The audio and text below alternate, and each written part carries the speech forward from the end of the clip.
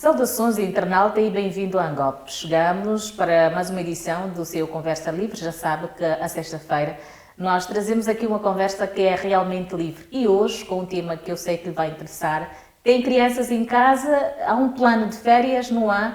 Diz-se colónia de férias, né? É o mais acertado. Mas quem vai responder as minhas questões e ajudar-nos aqui a perceber esta contextualização sobre como ocupar as crianças em tempos de férias é a nossa convidada, Bela Fonte Aurélio, que vai trazer-nos aqui uma contextualização do que fazer, como fazer e por que fazer. Aliás, o que é que você faz aí em casa? É aconselhável, não é? Vai responder a nossa convidada, que é professora e também pedagoga. Muito bem-vinda à Angop, é a primeira vez que cá está Bela Fonte Xising Aurélio. Bom dia. Bom dia, muito obrigada, Flor. E também gostava de estender a saudação a todos aqueles que estão aí do outro lado a acompanhar-nos. Muito bem. Olhando para aquilo que é a vossa dinâmica de dia a dia, como é que devemos, na verdade, ocupar as crianças durante o tempo de férias? Muito bem, eu podia já responder assim, com muitas palavras, mas eu gostava de primeiro fazer perceber aí a todos que é importante termos aqui a noção do que são férias. Férias podem ser definidas como um período de descanso, né? Onde a criança ou o aluno, no caso, vai poder despir-se das atividades normais letivas. Okay. É preciso perceber, essas atividades são feitas numa instituição escolar. Então, nesse período, ele não terá ausência dessas atividades na escola. Uhum. Daí que se aplica o termo férias escolar, porque existem também férias para o trabalhador e para outras pessoas, mas hoje nós vamos simplesmente olhar para aquilo que são as férias escolares. E são necessárias. O calendário assim exige por quê? Porque é benéfico para os alunos? Devem estar de férias por quê? Bom, o calendário prevê tudo isso. Devem estar de férias porque sabe-se que nós temos a nossa cognição como um instrumento que está constantemente a matutar, ou seja, a pensar. E isso vai refletir no esforço que a própria mente vai fazer. Estamos já aqui a entrar um pouquinho para a psicopedagogia. Não é bom que a mente fique saturada durante muito tempo. Daí que há periodização. Nessa altura nós falamos de férias. Na realidade, durante o ano letivo não acontecem apenas férias. Existem pausas pedagógicas e depois vem então a tal chamada férias escolar. O que é uma pausa pedagógica? Qual é a diferença da pausa pedagógica e das férias escolares? Prontos.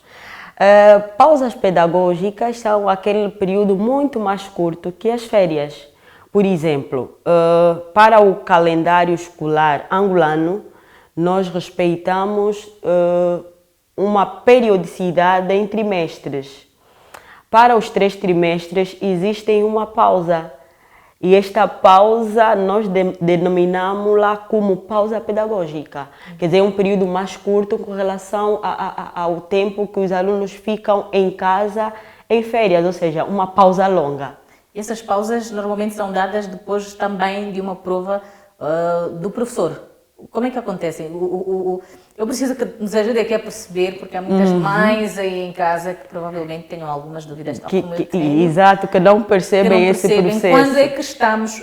As férias são depois dos exames de fim do ano letivo, que vai fazer a definição se a pessoa transita de uma para outra classe. Pronto. E a pausa pedagógica? Ok, eu vou ajudar mesmo a perceber esses termos e a forma como nós encaramos. É normal que os encarregados não percebam como é que é feita a calendarização e, aliás, não é tarefa dos encarregados ter essa programação toda. A nossa missão é comunicar como é que são decorridas, então, as semanas letivas.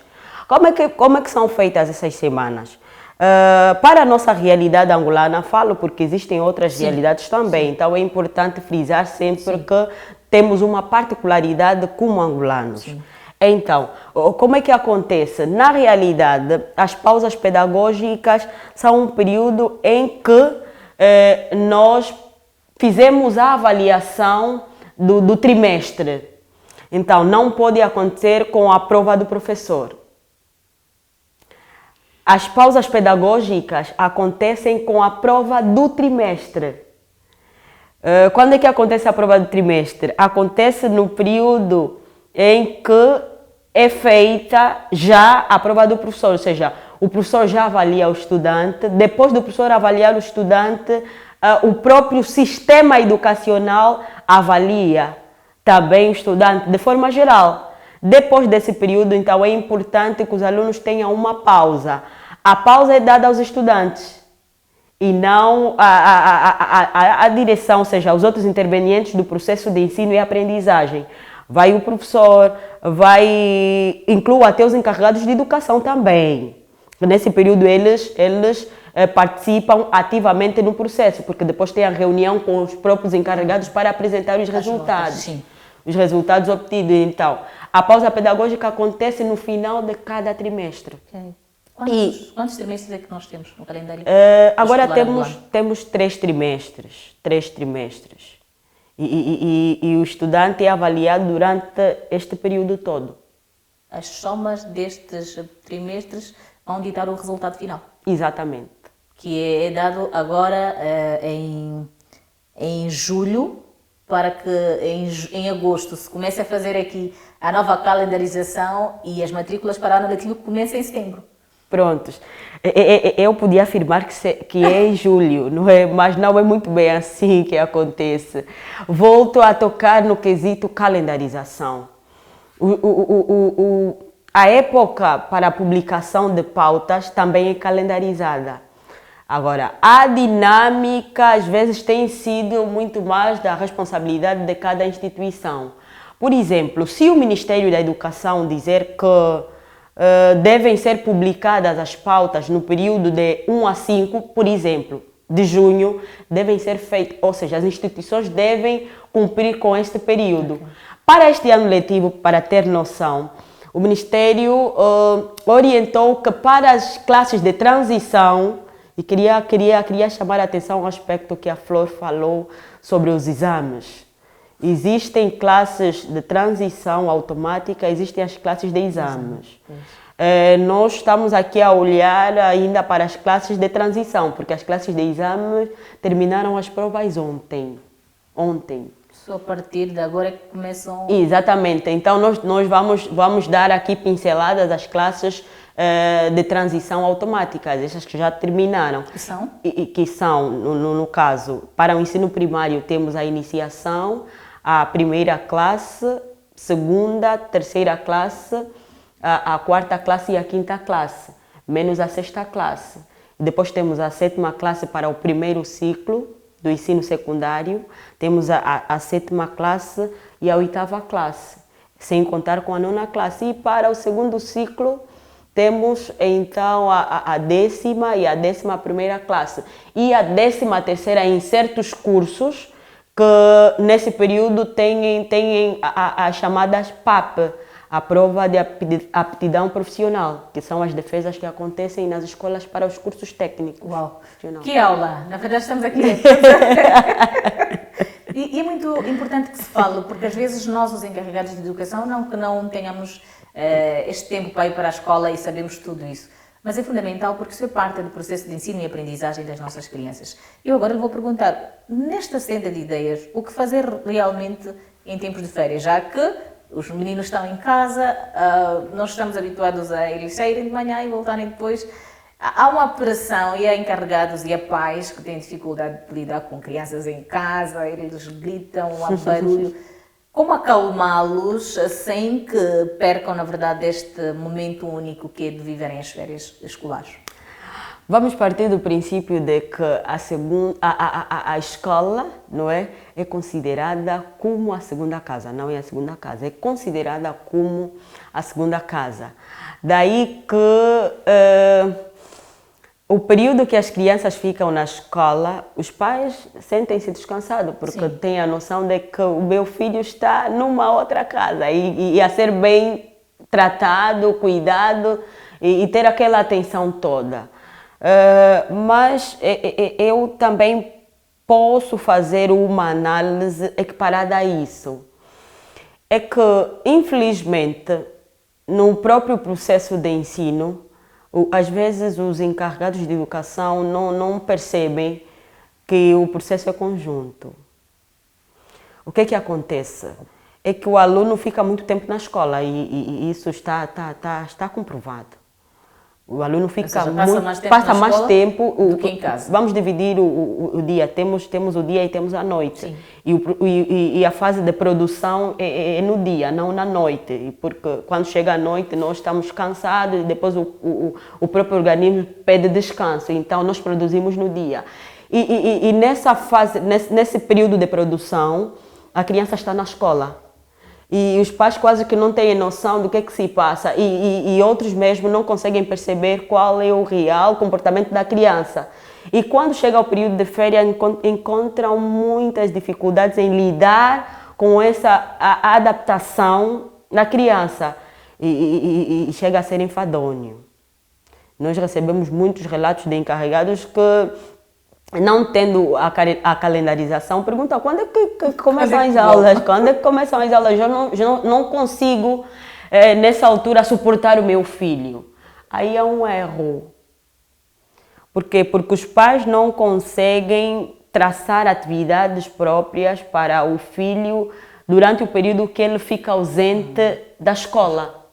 É preciso termos uma calendarização para dar sequência ao período didático da criança, embora as férias são consideradas como um período de descanso, mas é preciso termos a calendarização, pois que a criança está inserida num processo de aprendizagem. Ou seja, mesmo estando de férias, há algumas tarefas que devem ser feitas? Exatamente. E aqui introduzimos já a tal questão das colônias de férias. O que é uma colônia de férias? Prontos.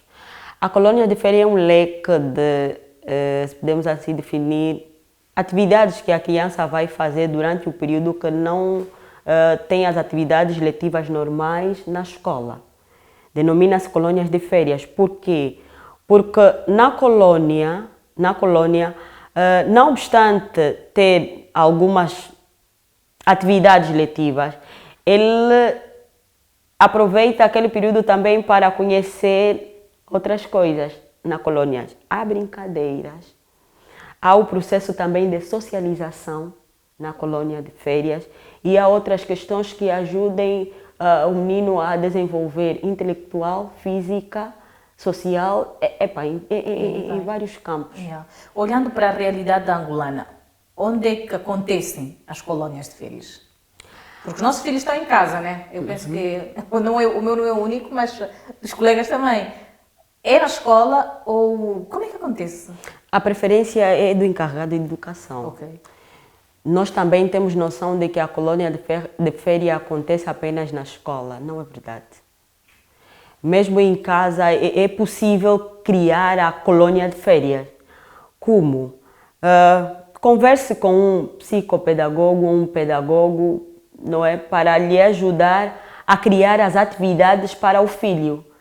Se preferir que seja na escola, tudo bem, mas durante essa fase eu também aconselho os pais a criar uma colônia em casa, porque se fizer isso, ele consegue ter interação com o filho mesmo em casa. Estamos a falar para aqueles pais que não trabalham, mas têm tempo para ficar com os filhos. Os que não têm tempo é possível, por quê? Porque na ausência do pai tem sempre um responsável a cuidar da criança. Tem, por exemplo, babás, não é? Internas ou externas. Tem os irmãos mais adultos que tomam parte das atividades do educando nesse período. Então, traçam um programa e automaticamente o menino ou a menina é acompanhada durante esse período. Muito bem. E já lhe vou perguntar, a questão a seguir é, quais são as atividades que acredita que podem ser inseridas na colônia de férias? Falou aqui da questão da leitura, termos aqui a capacidade de inserirmos outras atividades. Podemos aqui especificar algumas? Prontos. Como já disse, a colônia de férias, ela comporta várias atividades. Não vamos olhar simplesmente na questão didática, como disse. Então, é possível que o encarregado de educação, junto de um especialista, né, possa então criar as atividades voltadas ao que vai de encontro à realidade do educando, nesse caso, da criança, nesse caso. Na segunda-feira é possível traçar uma atividade. Não, hoje teremos apenas atividades lúdicas. Hoje vamos cantar. Hoje só vamos cantar. Num período, 1 hora de canto. O menino já sabe, não, às 9 horas eu tenho a minha colônia de férias. E hoje a colônia de férias vai falar sobre músicas. Ele vai cantar. E são músicas educativas. Ele não senta estar na escola, mas em casa é possível ele procurar viver um ambiente saudável, que lhe traga boas lembranças. Na terça-feira é o dia que o menino vai ajudar o maninho na cozinha. Ou a maninha na cozinha. Então tem um período, já sabe, não, ele vai ficar curioso em saber, não, a mamãe faz bons pratinhos. Então hoje a minha colônia de férias vai ficar voltada à questão da culinária. Ele motivado no outro dia, já sabe que às 10 horas eu tenho de ir para a cozinha para ajudar a maninha a cozinhar. E inventam aí um prato que desperte a curiosidade do mesmo ou da mesma. Então vai acontecer, no outro dia já sabe, não, hoje é dia de cinema. Hoje é dia de cinema, ele já sabe, não, hoje a minha colônia de férias vai ficar voltada a cinema. E ele às vezes pode sugerir o que quer ver. E nós conseguimos mediar então esse período de férias dentro da colônia de férias. Isso pode acontecer também na instituição escolar. Há, por exemplo, pais que não têm essa paciência. Então pode ajudar junto da escola, a inserir o menino na colônia de férias. E lá não vai encontrar apenas os seus colegas passados, vai encontrar muita gente. Sim. E aproveitamos o processo de socialização. Muito bem. Olha, nós somos o seu programa de sexta-feira, somos Conversas Livres, mas queremos também lhe convidar a fazer parte de outros programas que existem aqui na Agência Angola Press, a Economia e Análise, Viver com Saúde, temos aqui o TIC Hoje, temos grandes entrevistas e temos no nosso portal muita informação em relação ao nosso continente, em relação ao mundo e, claro está, notícias domésticas também. Nós estamos aqui hoje a conversar com a pedagoga, professora e pedagoga Bela Fonte, ela que nos está aqui a dar um parecer em relação a como termos a ocupação para as crianças em tempo de férias. Mas já sabem que o nosso tempo é muito curto. Vamos aqui para algumas notas e já em gesto também de conclusão. A Angola e os angolanos têm por mania, somos famílias alargadas. Levar as crianças para passarem as férias na casa de outrem também pode ser um bom plano. Vão passar as férias na casa da tia ou na casa da avó. Ou no âmbito pedagogo não é aconselhável? Bom, a pedagogia, sim, está certo. Sim, a pedagogia não reprova essa prática, não. E quando se tratar de questões pedagógicas, é importante sempre associar as metodologias a ter em conta a questão em causa. O familiar, se quiser levar o seu filho à casa de outro familiar, pode fazer na livre e espontânea vontade, mas tem de ter em conta se vai levar para pura e simplesmente passar o tempo sem fazer nada ou pode aproveitar o encontro com a família para extrair daí alguns valores. A pedagogia olha para isso. Nós temos o indivíduo como alguém que diariamente tem de agregar valores. Então, quando o encarregado, por exemplo, entender que o filho deve passar férias na casa de um tio, de um avô, de qualquer outro membro da família, é importante que tenha sempre em mente que vai para lá para ter bons resultados e não maus resultados. E há famílias que não preferem que isso aconteça porque já rotularam que vai para lá e não vai fazer nada. Então é preferível ficar em casa. Mas se preferir ir para outro lado, pior do que foi. Piora. Mas se ele for muito bem acompanhado, é salutar que se faça. Que mensagem é que quer deixar, e já que em gesto de remate final, para os pais, para os encarregados de educação, em relação a este período? É um período muito delicado, porque há crianças que esquecem os cadernos, abandonam os livros e voltam, quando voltam para a escola é como se um reconhece. Que mensagem é que fica para os pais encarregados de educação que estão a acompanhar nesta altura? Prontos. É pena que o nosso tempo é muito curto. É muito curto. É muito curto mesmo. Porque eu ontem fiz um inquérito a alguns encarregados. Fui perguntando mesmo como é que se sentem nesse período que estão com os filhos. E muitos foram respondendo e as questões também nos chamaram a atenção. E com aquilo que nós fizemos, gostávamos aqui chamar a atenção aos pais encarregados de educação. Primeiro devemos conhecer quem são os nossos filhos. Mas a tal questão de dupla personalidade, professora, eles são uma coisa... Como conhecê-los quando eles são uma coisa na escola, são outras em casa? Quem muitas vezes cria essa questão da dupla personalidade é mesmo o não acompanhamento da fase comportamental da criança. Porque há crianças que desenvolvem medo em casa fruto da forma como os pais as tratam. Há outras que também podem desenvolver algum medo na escola, dado o ambiente que encontra. Por isso é que eu repito, no processo de ensino-aprendizagem existem intervenientes, todos são parte, devem exatamente conhecer a matéria a ser lapidada, e isso às vezes não tem se feito. Depois surge aquela questão da dupla personalidade. Então, nem sempre quem cria é o próprio aluno, é em função do que encontra neste processo todo. Então é preciso tomar atenção a isso. E a questão, qual foi o resultado que obteve sobre os pais, do inquérito que fez? Prontos, 40% estão seguros nesse período. Sentem-se confortáveis em estar com os meninos em casa, não há algum problema. Mas 55% ou mesmo 60% já têm aquele medo, porque muitos até colocam a questão econômica. Nesse período eles vão gastar muito, vão comer muito, vão fazer aquilo e ficam a brincar torta à direita, vão estragar aquilo que é a mobília de casa e tudo mais. E é preocupante quando os pais respondem desse modo, quer dizer que não conhece a criança.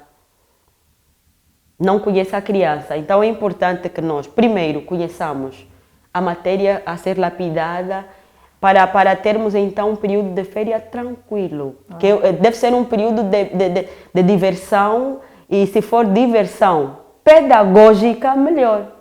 Ai meu Deus, diversão pedagógica é um bocadinho complicado para nós, não é? Mas como se diz, é possível, né? É o querer possível. é poder. E a recomendação que fica nesta altura, qual seria?